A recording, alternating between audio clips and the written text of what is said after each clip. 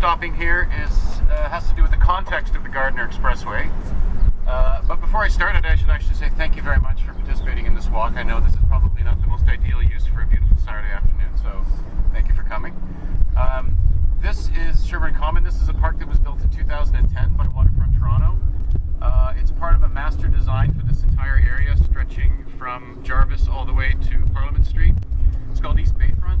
Waterfront Toronto developed a master plan for it, which lays out in excruciating detail what's going to happen to every square inch of this neighborhood. And the first thing we wanted to do was to build parks and public spaces so that people know that this is the waterfront is for people.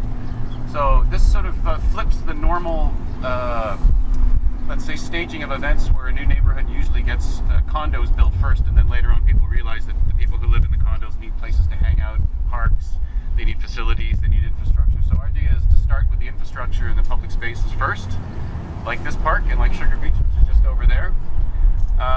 And that really helps sort of set the stage for the development of a community where there's more importance put on the human experience in a neighborhood rather than just simply this is where I live. So this park was designed in two parts. This is Sherbourne Commons North, and on the south side of Queens Quay is Sherbourne Commons South. They have slightly different needs. This is more of built like a children's playground.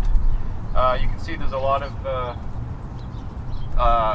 facilities designed for children and for activities on this section. And the south side has a splash pad, it has a big broad lawn, and it has the pavilion in it, which you can just barely see over there. This park also sits on top of a stormwater management facility, which we built with the idea that eventually when people move into this neighborhood, we're going to need the infrastructure to support it. That means everything from water, wastewater, stormwater management. So we built the essence of a stormwater management facility under the park, and the stormwater eventually will be collected at the corner of Parliament and Lakeshore, and then it will go into holding tanks and it will be pumped into the bottom part of the park. It will go through a UV filter, which is under the pavilion, and then it gets pumped over to these sculptures.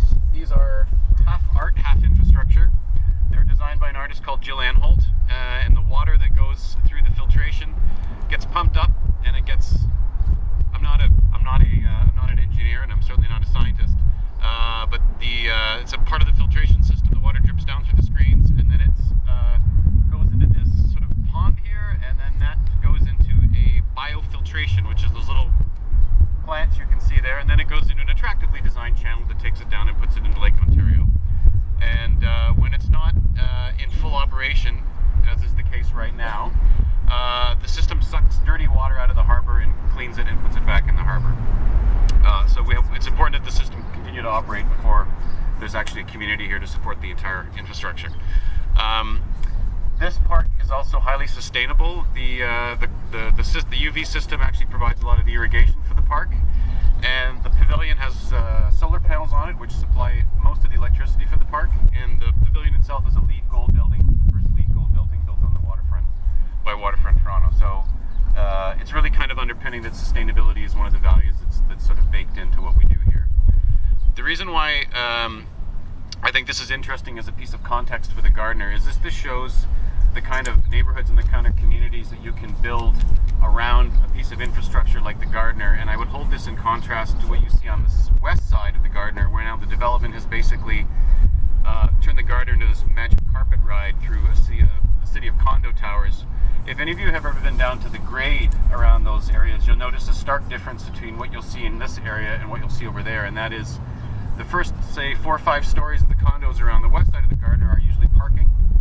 The buildings turn their back to the expressway, so the expressway is sort of seen as something unattractive and ugly, so let's turn our backs from it. And then at grade, what you've got is a mix of retail, but there's not a lot of life on the street because the neighborhood was sort of, there were the streets, there was the infrastructure, and then condos just came and they just came.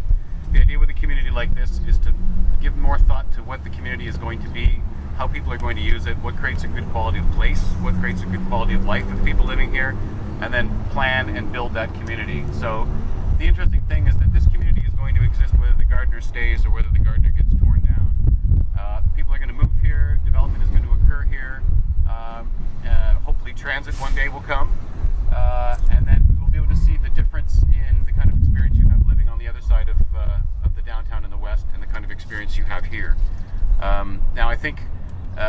Whether or not you want to live in a condominium that's a few meters away from an elevated expressway is probably an issue of personal choice.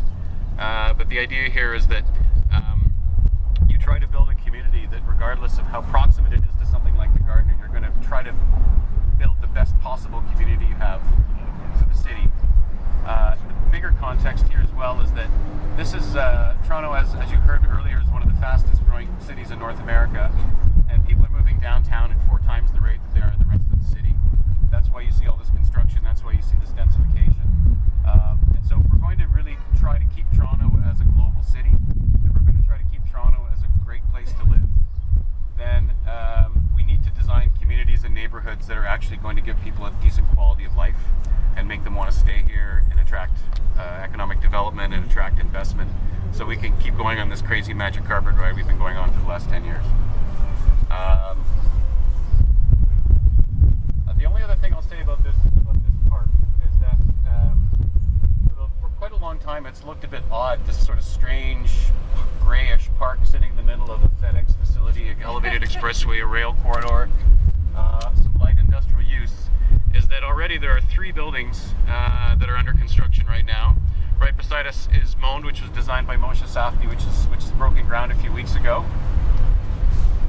Where you can see that big yellow construction thing there, that's the foundations for the first of 8 buildings that are going to go into a development called Bayside. And another building has already been planned, and that will probably be breaking ground at some point in the next year or so. So this neighborhood is developing, and this park will kind of lose a little bit of its weirdness in a few years when people actually start to live here and work here.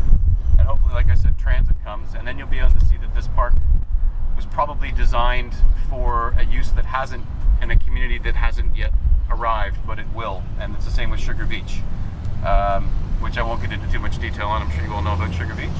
The idea is that you build this stuff first, and then they will come, and for sure that they will come.